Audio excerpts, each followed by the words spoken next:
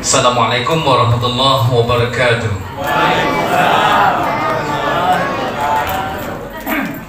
Innal hamdalillah nasta'inuhu wa nastaghfiruh wa na'udzu billahi min shururi anfusina wa min sayyiati a'malina. May yahdihillahu fala mudilla lahu wa may yudlil fala hadiyalah. Asyhadu an la ilaha illallah wahdahu la syarika lahu wa asyhadu anna Muhammadan abduhu wa rasuluh la nabiyya ba'dah. Allahumma shalli wa sallim wa barik ala Muhammad wa ala ali Muhammad. Qala Allah ta'ala fil Qur'anil Karim, a'udzu billahi minasyaitonir rajim. Wal jari dzil qurba wal jaril junubi.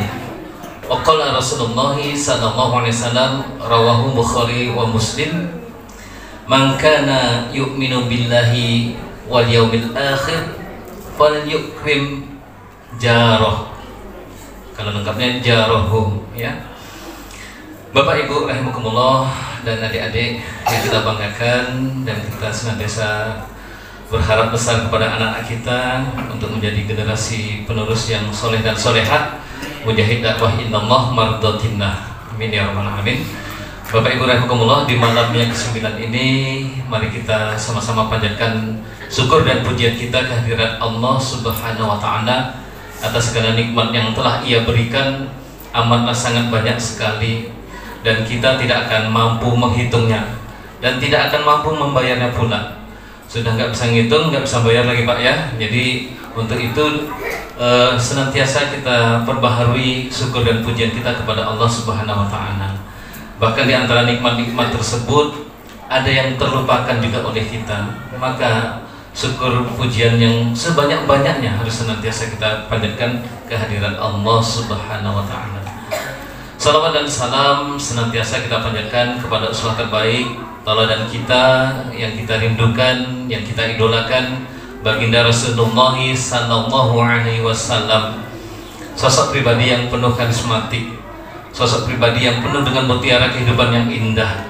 Allah katakan di Al-Qalam ayat 4, wa innaka la'ala khuluqin azim.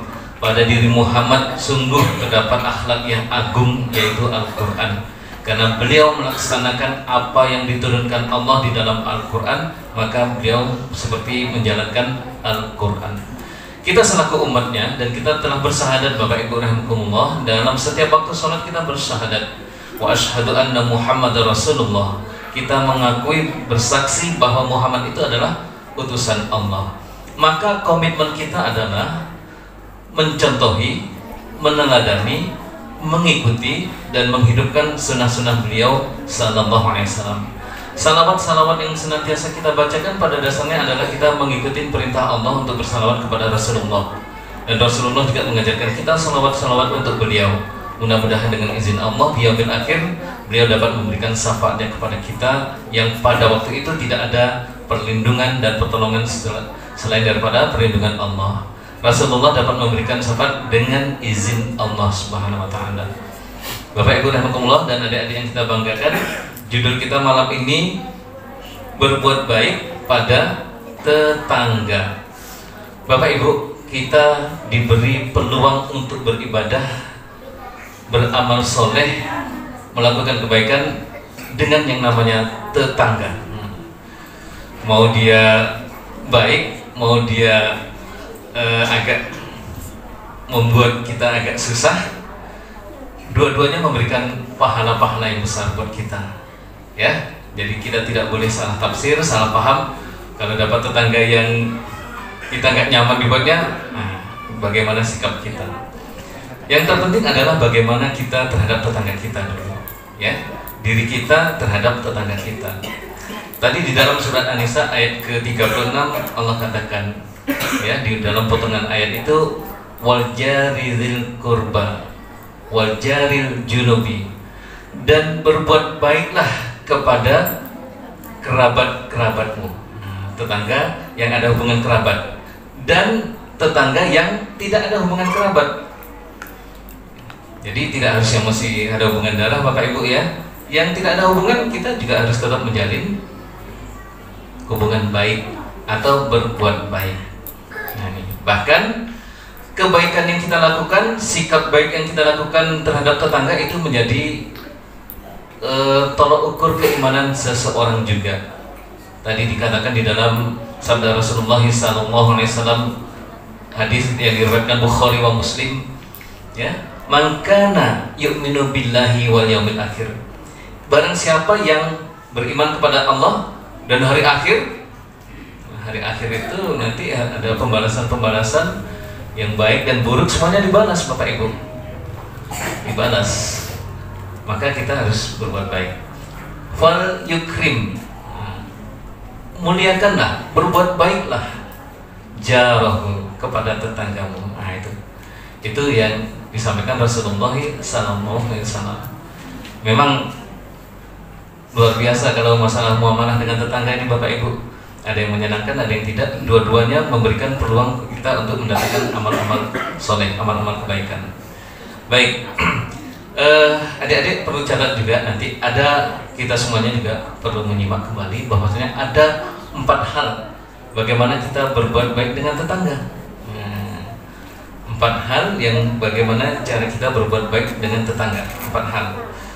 Namun sebelum masuk poin itu, Al-Hafiz Ibnu Hajar mengatakan, ya ini ulama ini Pak ya, beliau mengatakan kalau kita punya tetangga, kemudian dia minta bantu sama kita, ada kebutuhan, ya, ada keperluan, kata beliau, jika tetanggamu tadi membutuhkan pinjaman, kena hutang Mbak, Bu, Mbak Aku, ya, jika kamu mampu pinjamkanlah.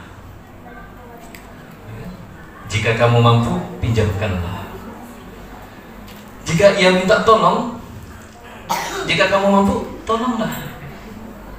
Ya. Kalau dia meninggal, iringilah jenazahnya. Kalau dia sakit, jenguklah dia. Mulia semua nih Bapak Ibu ya. Ibnu Hajar Al-Hafiz, beliau ini hafiz Quran. Ya. Ustaz, tidak dibayar-bayarnya. Mbak Adur. Nah disitulah nanti peluang amalnya Bapak Ibu. Ternyata dia meninggal. Sebelum kita lepaskan, kalau ada hutang, ya, berhubungan dengan ahli waris, kalau dia mau pahala, boleh aja. Udah, saya sudah memaafkan, nggak usah dipikirkan lagi. Gitu. Karena dia minta pun nggak apa-apa juga, karena memang haknya yang wajib harus dibayar. Ya, nah itu. Tetapi rata-rata banyak juga yang kalau yang kecil-kecil banyak yang mudah mengikhlaskan biasanya itu. Nah ini kata Ibnu Hajar Al-Hafiz, beliau orang yang habis Quran gitu ya. Nah baru kita masuki pada bagian yang 4 poin tadi, bagaimana sikap baik kita kepada tetangga. Yang pertama apa? Yaitu merasa senang dan tidak iri hati. Merasa senang atau tidak iri hati terhadap tetangga. Sudah terpaksa mendiktekan dulu Pak ya. Awak sabar dulu Bu ya. Ini awak jadi cikgu gini kan, guru. Saya berhadapan dengan anak-anak juga. Sampai mana tadi nak? Merasa senang dan tidak iri hati terhadap tetangga yang mendapat, kebahagiaan. Ini kadang ada orang Bapak Ibu tetangga, aduh, mobilnya baru, mungkin korupsinya, tapi dipitih dari mana gitu, tidak boleh Pak, seuzon namanya, ya, seuzon. Dapat mobil baru dia, dapat Honda baru dia, rumahnya diperbaiki bagus cantik, alhamdulillah. Tetangga saya lebih baik, alhamdulillah, senang, ikut senang karena tetangganya mendapatkan kebahagiaan, mendapatkan keberkahan, senang itu ya. Jadi ini Rasulullah juga mengingatkan kepada kita di dalam hadis riwayat Bukhari, tidak dikatakan beriman seseorang itu sebagaimana ia mencintai tetangganya seperti dia mencintai dirinya sendiri. Tetangga kita itulah yang nanti paling cepat, paling dekat untuk menolong kita. Famili kita ada di kampung, jauh, naik mobil, lama.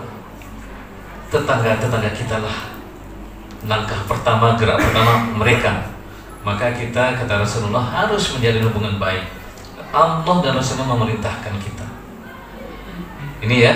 Jadi itu di hadis Bukhari Muslim, kita harus ini menyayangi tetangga kita seperti kita menyayangi diri kita sendiri gitu. Ya. Itu yang pertama, yaitu merasa senang atau tidak iri hati terhadap tetangga yang mendapat kebahagiaan ya. Kemudian yang kedua, gemar memberikan bantuan, gemar memberikan sesuatu ataupun hadiah yang menyenangkan tetangganya. Ini sunnah Rasulullah SAW, bagaimana membahagiakan sesama saudara muslim. Ya, sunnah Rasulullah membahagiakan. Yang dikasih bermacam bentuk, Bapak Ibu rahimakumullah, adik-adik. Ya, tidak mesti dalam bentuk makanan, tidak. Buku bisa juga, ya. Cenderamata bisa juga, banyak. Pokoknya kalau yang dikasih setidaknya senang dia. Ya. Sebagaimana dikatakan oleh Rasulullah, ya Abazar, Abu Zar, ya lengkapnya Abu Zar Al-Ghifari.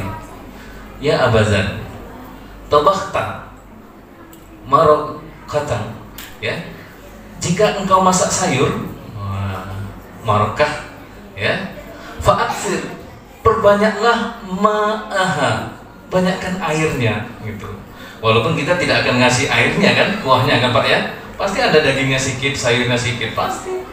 Tidak mungkin pula kuahnya doang gitu kan, pasti akan disertakan sayurnya, dagingnya, atau telurnya, atau apanya. Nah itu. Jadi fa'aksir, banyakkan ma'aha, airnya, ya, wa ta'ahadi, dan berikanlah kepada tetanggamu. Abu Zar itu sahabat Rasulullah ya. Nah, sampaikan pesan untuk beliau, tapi untuk kita semua, untuk kita semua. Seorang mukmin ini diingatkan kepada ibu-ibu nih, seorang wanita, janganlah wanita-wanita ataupun ibu-ibu meremehkan pemberian tetangganya, walaupun dalam sayur kuah daging berbau daging tadi itu dalamnya, kalau orang potong kambing itu bagian kukunya tuh Pak, untuk sop itu kan, walaupun kuku kambing, jangan dianggap remeh. Kuku kambing ya, tidak ada dagingnya dong. Tapi kalau kita bilang, wah ini sedap sekali, alhamdulillah nikmat. Besok diantarnya lagi mungkin yang berdaging betul kan, ya syukuri aja. Karena Rasulullah mengajarkan kita jangan meremehkan pemberian tetangga. Syukuri aja. Insya Allah nanti berikutnya akan datang yang lebih lagi, akan ditambah. Kan ada hubungannya dengan janji Allah, la in syakartum la azidanakum. Nah itu dia, korelasinya seperti itu Bapak Ibu dan adik-adik ya. Kasih, syukuri, besok akan dikasih yang baik lagi. Nah itu di dalam hadis riwayat Muslim, Rasulullah sampaikan kepada Abu Dzar yang pada dasarnya adalah untuk kita semua. Oke, udah yang kedua ya. Yang pertama apa tadi? Ayo, senang dan tidak iri hati terhadap tetangga yang mendapat kebahagiaan. Yang kedua, gemar memberikan bantuan atau sesuatu yang menyenangkan. Oke, baik. Kemudian yang ketiga adalah menahan diri dari perbuatan yang menyakiti tetangga. Kita dulu jangan sampai tangan kita, mulut kita, gerakan kita menyinggung, menyakiti tetangga, membuat tetangga susah. Jangan sampai. Rasulullah menegaskan dalam hadis sahih Bukhari Muslim, demi Allah tidak beriman, demi Allah tidak beriman. 3 kali Rasulullah bilang. Sahabat, siapa wahai Rasulullah? Rasulullah menjawab, orang yang tetangganya tidak merasa aman karena dia. Ya. Kita membuat ulah kita ini membuat tetangga nggak nyaman, susah karena perbuatan kita. Wah, senang lagu-lagu Pak ya, walaupun dia selawat nasib bagus, tapi volumenya 10. Sampai musik apanya soundnya Pak ya, tetangga sebelah aduh ini runtuh rumahnya nanti ya, anak kecilnya kaget-kaget nih tidak bisa lalu anak waktu nih Pak, aku lapor ke Pak RT itu ya. Ada yang main mercon, ingatkan ya adik-adik kalau main mercon, nah itu mana tahu tetangga kita, bapak-bapak kita lagi istirahat atau ada adik-adik kecil, bayi-bayi yang kecil masih tidur, kaget nanti. Itu membuat susah tetangga. Itu tidak beriman nanti kita, ya. Hati-hati. Ini bulan puasa memang banyak merchant ya. Ada yang merchant anak-anak Ustaz?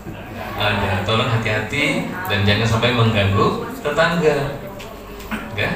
Itu ini pesan sponsor Pak. Ya. Oke. Nah itu sampai dikatakan 3 kali tidak beriman, tidak beriman. Sahabat bertanya siapa? Orang tetangga tadi nggak aman akibat seseorang ini tadi perbuatannya, tetangganya ini buruk kelakuannya. Ya. Anak mudanya, anaknya mungkin knalpotnya wah mekak telinga tuh. Lagi masak, aduh, tumpah kuahnya Bu, ya. Menggerutu bapak ibu-ibu pasti kan? Iya tuh kadang sampai, masya Allah anak-anak sekarang knalpotnya wajar kalau ada yang ditangkap polisi, telinganya letakkan situ, hidupkan Hondanya, biar dia tahu rasa gitu. Nah ini mungkin anak kita yang ada yang seperti itu, tolong diingatkan Bapak Ibu, kita semuanya mengingatkan. Kalau kami di lingkungan gitu Pak, ada yang saya panggil, saya bisa diganti nggak knalpotnya deh, ya daripada besok kena sesuatu nanti. Ya, nah itu. Ada 3 ya, menahan diri dari perbuatan yang menyakiti tetangga. Yang keempat, yang terakhir, bersabar terhadap tetangga yang berperilaku buruk. Kalau tadi kita yang disuruh nahan, sekarang kita yang disuruh bersabar pula. Aduh, memang berat nih. Tapi itulah terujilah di situ kita tuh, seorang muslim, seorang mukmin yang baik di situ teruji. Ya, ribut dia sampai ini, astagfirullahaladzim, ya Allah, mudah-mudahan Engkau beri petunjuk lah pada tetanggaku ini.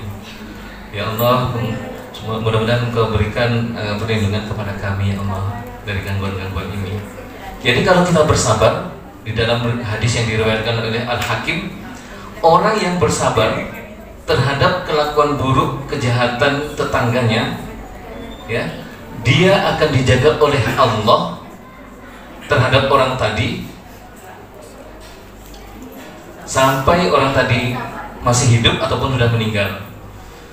Artinya sepanjang kehidupan dia, ini bapaknya kena ganggu terus, dia sabar terus, ya dia akan dijaga Allah dari kelakuan-kelakuan buruk orang ini agar tidak terkena imbas ke dia. Ya. Bisa jadi kebakaran rumahnya, sebelah rumah kan, dia yang kebakaran, rumah kita aman, itu Allah jaga. Ya. Dia setel pot-pot, Allah tutupkan telinga kita sehingga kita bisa tidur nyenyak. Allah jaga. Nah ini, jadi itulah beberapa hal yang perlu kita lakukan, bagaimana berbuat dengan tetangga yang baik. Kalau kita nggak sabar, wah ini perlu wasit nih Bapak Ibu, bisa tinju, bisa perang, bisa luar biasa. Maka kita menghindari dari perpecahan itu, perselisihan itu, maka sabar dikedepankan. Kita dilarang untuk menyakiti. Oke ya, jadi ada 4 poin bersikap baik tadi ya. Oke. Udah dicatat ya. Sekarang saya kasih pertanyaan Pak ya. Untuk ada anak putri ada ya, yang kecil-kecil ada ya. Ada. Oke, sekarang yang putra dulu. Yang putra. Ada 4 berbuat baik terhadap tetangga tadi kan? Coba sebutkan 2, angkat tangan. Sebutkan 2. Angkat tangan ke depan sini. Siapa yang berani? Cepat, nanti ada sesuatu nanti dari Pak Ustadz kami. 1, 2, 3. Ayo angkat tangan ini. Bagus ini. Pakai mic sini sebenarnya. Allah, keras juga Pak. Oke, ada 4, Bapak minta 2 nah. Apa aja berbuat baik kita terhadap tetangga nah?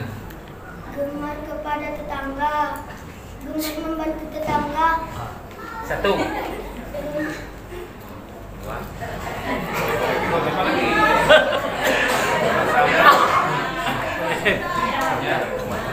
Bersama tetangga dan membantu jadi satu Pak ya. Bersabar. Kalau gemar sama tetangga nanti. Oke, sini dulu sebentar. Salam tempel. Ya. Oke, sekarang yang putri. Nah, yang putri. Dua lagi. Siapa yang berani angkat tangan ke depan? Ayo sini. Lewat di tengah situ juga boleh, di tengah situ juga boleh. Diantar mic-nya mungkin. Saya biasa menyuruh anak-anak kayak gini Pak. Tapi kalau di sekolah nggak bisa dia saya berdirikan dulu. Apa dulu 5 menit, 10 menit. Ayo maju sini nak, di batas ini, nggak apa-apa. Oh melangkai ibu-ibu ya, oke. Berdiri. Kalau yang ini tadi kelas berapa nih? Kelas berapa nak? 5. Oh kelas 5, oh sebentar lagi ke sini.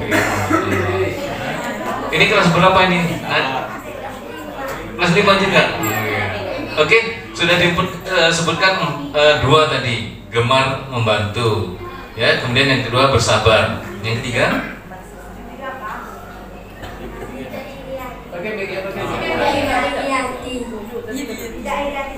Tidak iri hati. Ya, satu lagi.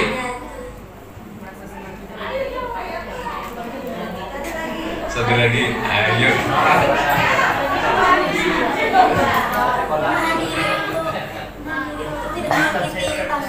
Menahan diri, tidak menyakiti tetangga. Berdua jadinya ya. Tolong antarkan nak. Oh, sama ya sebaya ya kelas 5 ya. Tolong antarkan ke apa nih ya. Iya, Masya Allah.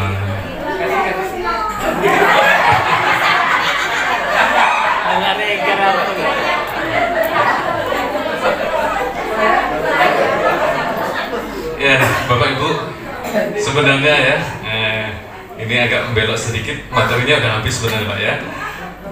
Anak-anak kita ini sebenarnya cerdas Pak, cerdas.